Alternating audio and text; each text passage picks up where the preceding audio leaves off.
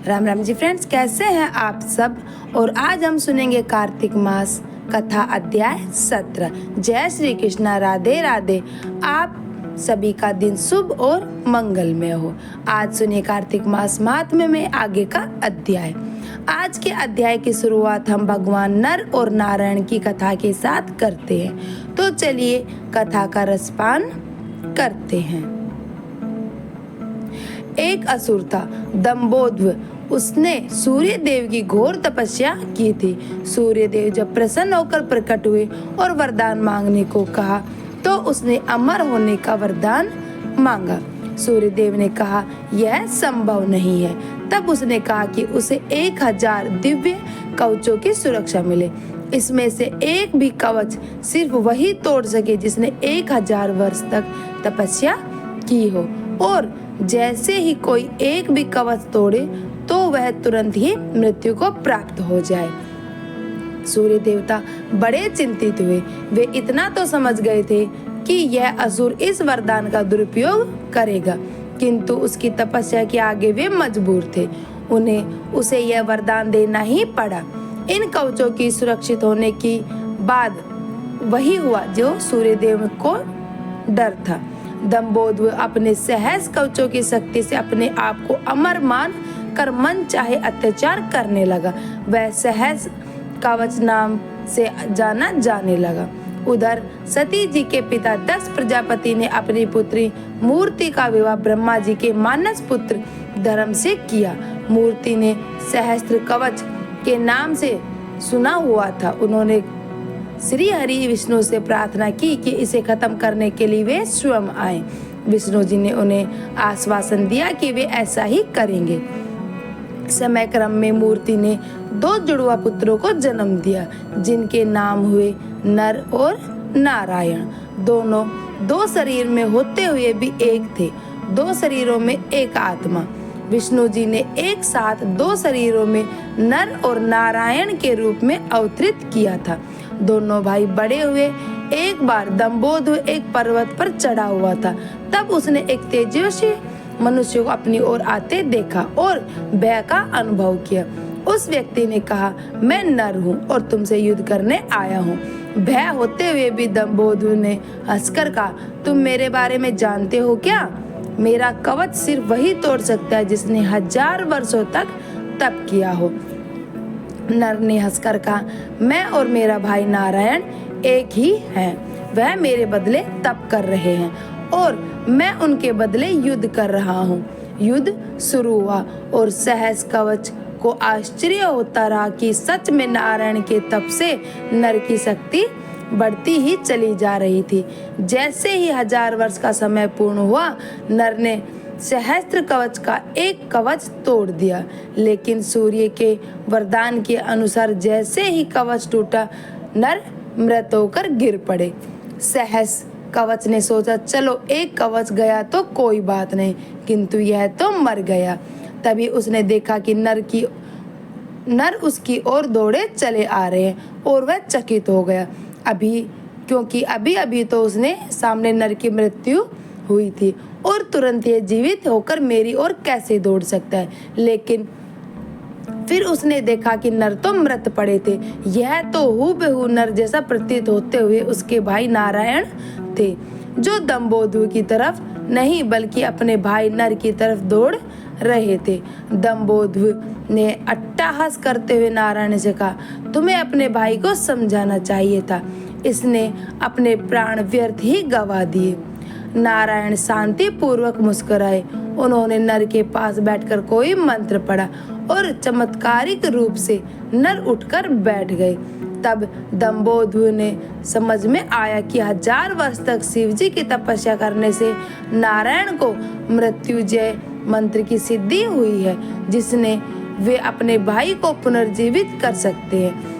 अब इस बार नारायण ने दंभोद्व को ललकारा और नर तपस्या में बैठे।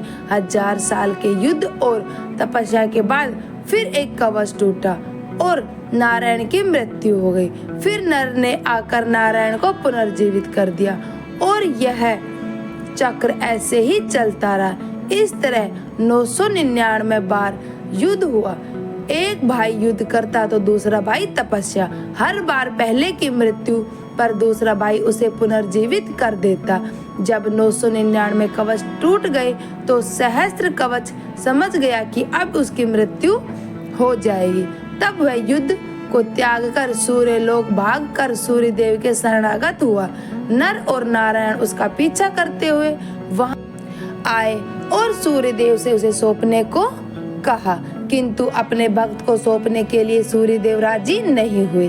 तब नारायण ने अपने कमंडल से जल लेकर सूर्य देव को शाप दिया कि आप इस असुर को अपने कर्म फल से बचाने का प्रयास कर रहे हैं, जिसके लिए आप भी इसके पापों के भागीदार हुए और आप भी इसके साथ जन्म लेंगे इसका कर्म फल भोगने के लिए। इसके साथ ही त्रेता युग समाप्त हुआ और द्वापर का आरंभ हुआ। कुछ समय पश्चात कुंती जी ने अपने वरदान को परखते हुए सूर्य देव का आवाहन किया और कर्ण का जन्म हुआ। लेकिन यह आम तौर पर ज्ञात नहीं है कि कर्ण सिर्फ सूर्य पुत्र ही नहीं है, बल्कि उसके भीतर सूर्य और दंभोदर दोनों है। जैसे नर और नारायण के दो शरीर में एक आत्मा थी, उसी तरह कर्ण के एक शरीर में दो आत्माओं का वास है, सूर्य और सहस्त्र कवच। दूसरी ओर नर और नारायण इस बार अर्जुन और कृष्ण के रूप में आए। कृष्ण के भीतर जो सूर्य का अंश है वही उसे तेजस्वी वीर बनाता है, जबकि उसके भीतर दंभोदर के होने से उसके कर्म फल स्वरूप उसके अनेकानेक अन्याय और अपमान मिलते हैं और उसे द्रौपदी का अपमान और ऐसे ही अनेक अपकर्म करने को प्रेरित करता है। यदि अर्जुन कर्ण का कवच तोड़ते तो तुरंत ही उसकी मृत्यु हो जाती, इसलिए इंद्र कर्ण से उसका कवच पहले ही मांग कर ले गए थे। एक अन्य कथा के अनुसार नर और नारायण के केदारनाथ में शिवलिंग और बद्रिकाश्रम में भगवान श्री हरि विष्णु के विग्रह रूप की स्थापना भी की थी।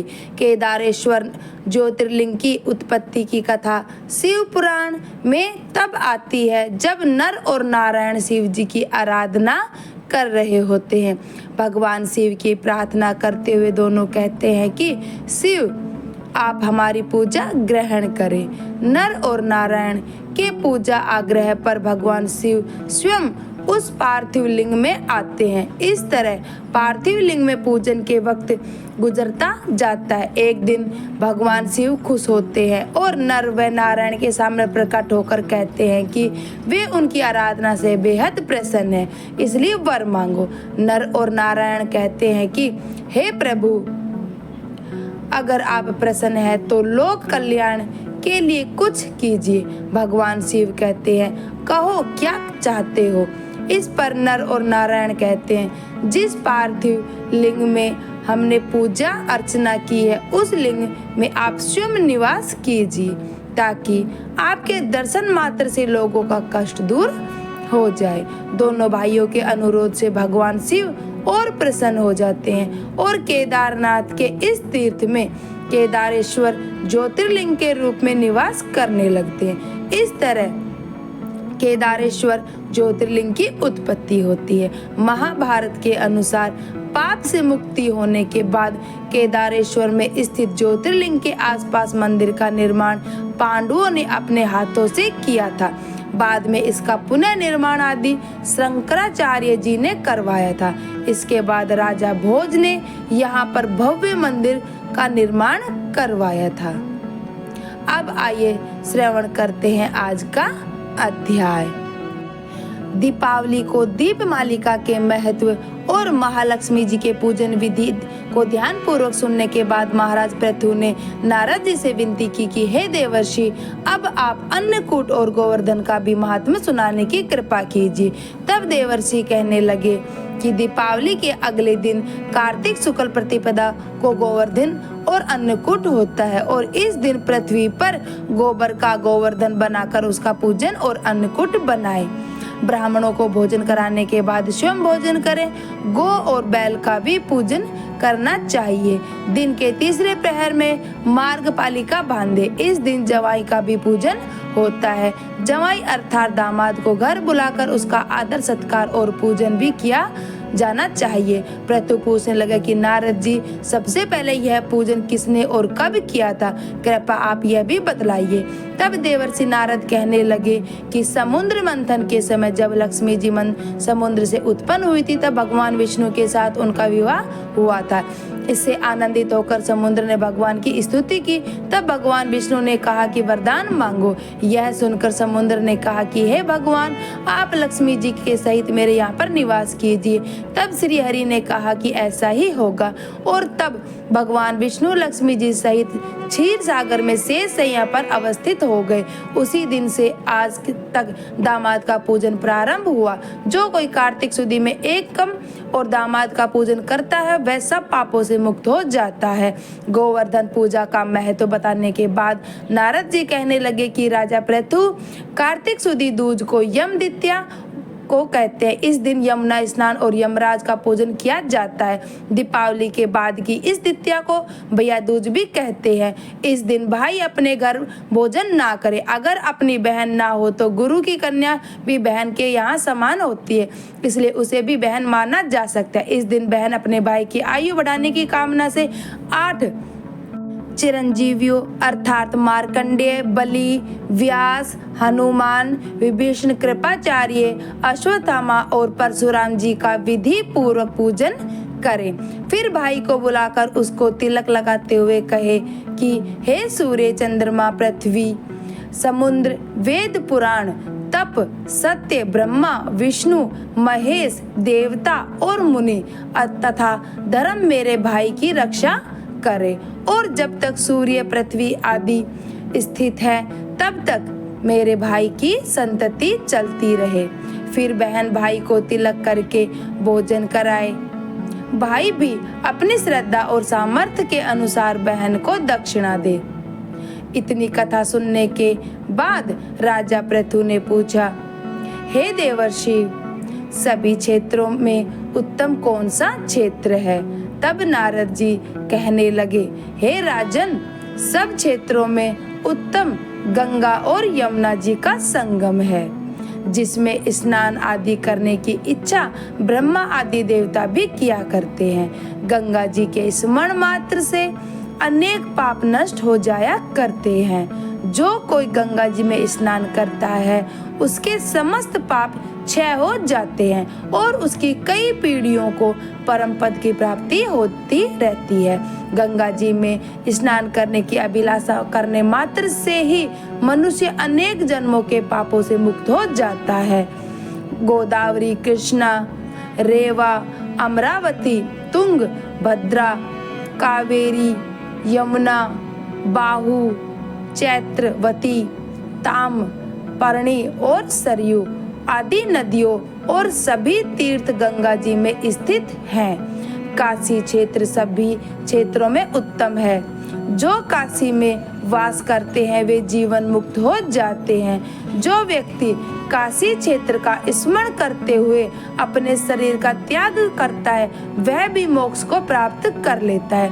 नैमिषारण्य तीर्थ में सूत जी से इतनी कथाएं सुनने के बाद ऋषि मुनियों ने निवेदन किया कि हे सूत जी, अब आप कृपा करके भगवान के चरणों से उत्पन्न हुई गंगा जी का महात्म्य भी सुनाइए।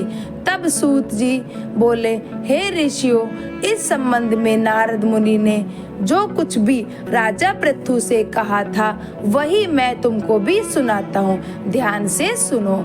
समस्त देवताओं और दैत्यों को उत्पन्न करने वाले महर्षि कश्यप जी के 2 पत्नियां थी। एक का नाम था अदिति और दूसरे का नाम था दिति। अदिति के पुत्र देवता कहलाए और दिति के पुत्र दैत्यों की उत्पत्ति हुई।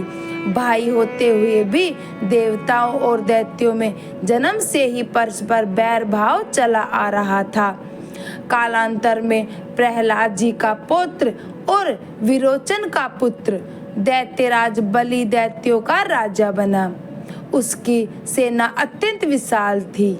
समस्त पृथ्वी पर विजय प्राप्त करने के बाद उसने स्वर्ग पर अधिकार जता लिया और देवताओं पर चढ़ाई कर दी।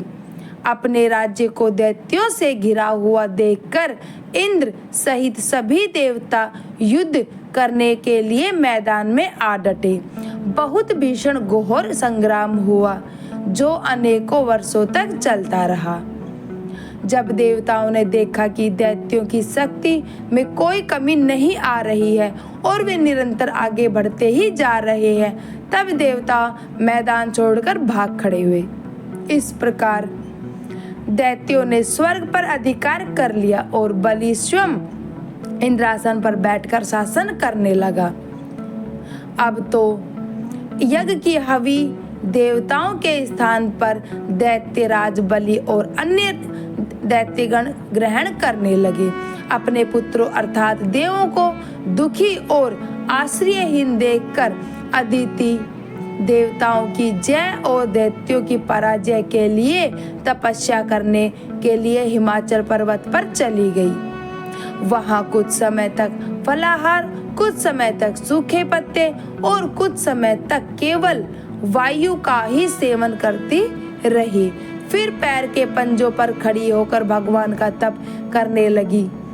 इस प्रकार अदिति ने 1000 वर्ष तक बहुत कठिन उग्र तप किया। दति के पुत्र मायावी राक्षस इस घोर तप से चिंतित होकर राक्षसी माया द्वारा देवताओं का रूप धरकर अदिति के पास आकर बोले कि हे माता, आप हमारे लिए इतना घोर तप क्यों कर रही हैं? आत्मघात करना सभी शास्त्रों में पाप बताया गया है। हम आपका यह दुख सहन नहीं कर सकते। कोई भी पुत्र अपनी माता से मुख नहीं हो सकता और ना माता से दुखी देखकर सुखी रह सकता है। इसलिए हे माता जी, शास्त्रों का कथन है कि जिसके घर में कल्याणकारिणी माता नहीं है, प्रिय बोलने वाली पत्नी और पति उनका जीवन में ही निरर्थक है। इसलिए आप अपनी तपस्या छोड़कर अब हमारे साथ घर चलिए और हम पुत्रों को सुखी कीजिए। मायावी दैत्यों के इस प्रकार छल से कहने पर भी अदिति समाधि से विचलित नहीं हुई। तब उन्होंने अदिति को ही मार डालने का निश्चय किया। इसको कृत्य के लिए दैत्यों ने उस वन में आग लगा दी जिससे अदिति तपस्या कर रही थी। भगवान की कृपा से उस अग्नि द्वारा अदिति को किसी प्रकार की हानि ही नहीं पहुंची और उन्हें इस अग्नि का पता तक भी नहीं चला। भगवान का सुदर्शन चक्र अदिति की रक्षा करता रहा और सभी दैत्य स्वयं ही अपनी ही जलाई हुई अग्नि में जलकर भस्म हो गए। इस प्रकार देवताओं का फिर से स्वर्ग पर अधिकार हो गया। नैमिषारण्य तीर्थ में स्थित ऋषि मुनियों को श्री श्री सूत जी महाराज यह महात्म सुनाने के बाद कुछ क्षण के लिए मौन हो गए। इसके आगे का वृत्तांत आप अगले अध्याय में सुनेंगे। आज आपको यह वृत्तांत कैसा लगा?